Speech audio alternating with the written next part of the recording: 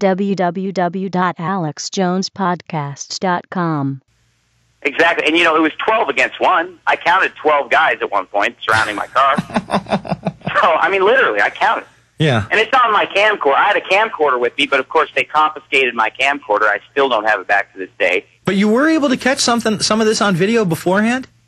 Well, not the beating, obviously. But obviously. Because at that point, my camera launched and shut off and whatever. Mm-hmm. But, yeah, I had a camera. I wasn't holding it, but it was just setting on my dash during a lot of this.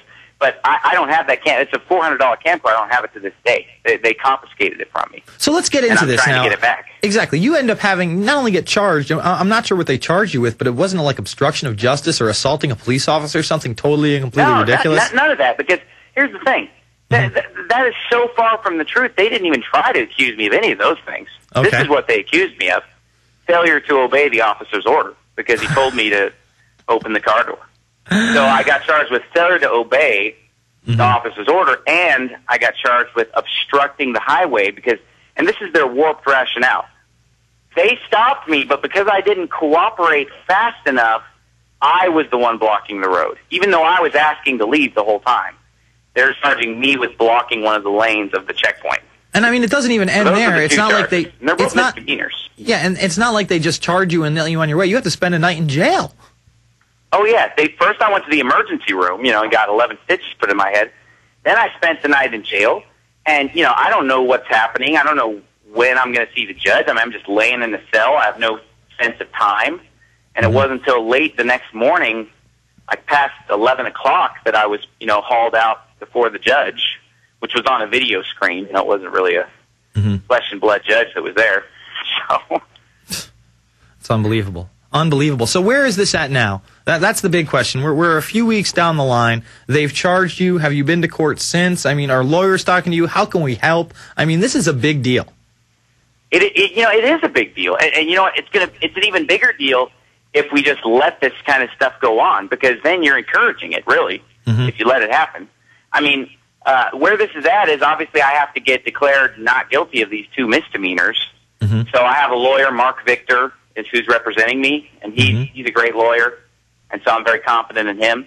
I dropped $4,000 cash the day after this happened on a lawyer just so that I wouldn't have to go to the arraignment without some representation, because I was just, wondering, what are these people going to do to me? As I started seeing how unfair this whole thing was. Not to mention the damage to your car. I'm sure that at least ran you a few hundred, if not $1,000. $800 is what I paid, when I got my car out. So, but anyway, I don't know if you have time in this segment. I wanted to read for you the latest and greatest that I just got in the mail from the prosecutor. Yeah, absolutely. We got a couple minutes in this segment and then 5 on the other side. So let's read that. Okay, let me read this for you. This will blow you away. This is from John R. Smith, Yuma County Attorney, William P. Cate. Okay, listen to this. The state of Arizona, through the office of the Yuma County Attorney by the undersigned deputy, hereby moves this court to deny the defendant's request for modification of his current conditions of release. Let me just explain real quick. I had asked for permission to leave Arizona. This happened 3 weeks ago, and I'm trying to run my business, and they're saying I can't leave Arizona, even though it's just misdemeanor. Oh, you're a flight risk now? Is that what they're trying to say? You're a flight risk? Permission to be able to leave Arizona, just even by car, just to go outside Arizona, because my job requires me to do that. Well, this is the prosecutor's letter of why I should not be allowed to leave because of, this misdemeanor. Mr. Anderson's proposed excursion involves the use of state and federal highways as well as potentially United States Border Patrol checkpoints. Mr. Anderson poses a substantial danger to motorists and law enforcement personnel due to his disregard for the exercise of lawful authority on state and federal roadways. Mr. Anderson has previously displayed an overt willingness to obstruct a major highway and place in jeopardy the health, safety, and welfare of law enforcement personnel and fellow motorists. There is no reason to believe that Mr. Anderson will comply with lawful authority and responsibly use highways and potentially checkpoints on his journey. Did you catch that? They're saying that I shouldn't leave Arizona because if I go through a checkpoint, I might be a danger to the law enforcement personnel. Yeah, meanwhile, so you take a beating. The living fire out of me, but yet I'm supposedly endangering them? Can you believe that? It's unbelievably incredible. It's so Orwellian. It is off the charts. We'll be back after this with Steven Anderson. It's the Info Warrior. PrisonPlanet.com, Infowars.com. Steven, when is your next court date, and how can people help? Well, we're not even having the pre-trial conference until June 11th. Mm-hmm. But I say the biggest thing people can do to help is just to get the word out on this, because people need to find out about this. I think that this is happening all the time, because these guys didn't act like it was a big deal. Mm-hmm. They took it very nonchalantly, and they seemed like this was just another day at the office for them. And so that makes me wonder how many other people they're beating and abusing who just aren't maybe as vocal as I am, or didn't have the sense to just, before I even got to the house when I was on my way home from jail, to take it to YouTube. Yeah, that was genius, by the way. I mean, when I saw that, I said, this guy is one of the smartest guys out there, because he immediately put this on YouTube, and it really did have a viral effect, and hopefully this will help you in the long run. I mean, first of all, you're a pastor. I'm sure you probably don't have a criminal record. They found nothing. No, I've never been arrested in my entire life. Yeah, I mean, they found nothing in your car, and I mean, your face says it all. I mean, not only does your face say it with the injuries, but everything you're saying, I mean, you're telling the truth. Anybody looking at you can tell that you're telling the truth. And I mean, I wish you the best. I hope that you're able to beat this system, because you know these guys are all going to lie under oath. Oh, he came in, he was so violent, he took a swing at me. Well, no, but you know what, though, Jason? The good thing is, I've already started getting a lot of their versions of the story in the mail from the attorney. Mm-hmm. I've already got several of them in possession. And really, they're not contradicting anything that I've said about the beating at all. They're basically, thank God they're not getting too crazy with it.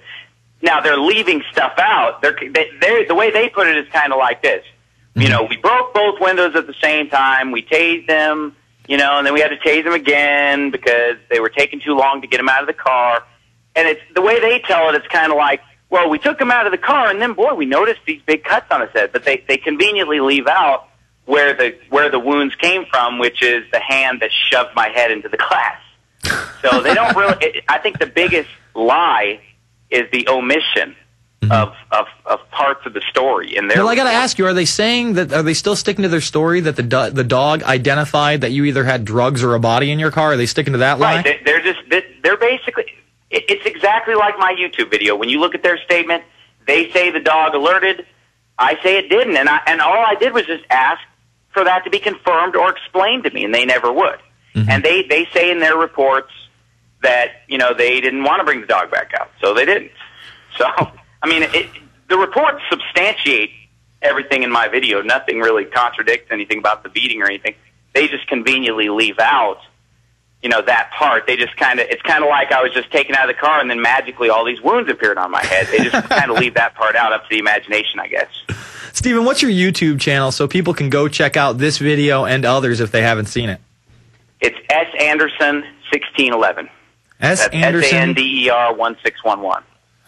Well, we're behind you here, and if there's any kind of support people over at InfoWars can give you, we're going to give it to you, because this is just, it's really a sign of the times, and it shows what the mentality is out there of law enforcement officials and how they treat American citizens, and they don't treat them with respect. They don't treat them like they're human beings. They treat them like animals. And I mean, it is beyond appalling to me what happened to you in these last 30 seconds or so. Why don't you just give how you feel about this whole situation and really the state of the country?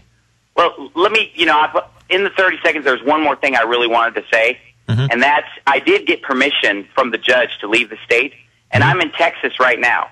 And I went through a Border Patrol checkpoint today, mm-hmm. and a Border Patrol agent said, "Where are you heading today, sir?" And I said, "That's none of your business." Mm-hmm. And he let me go. That was 5 hours ago.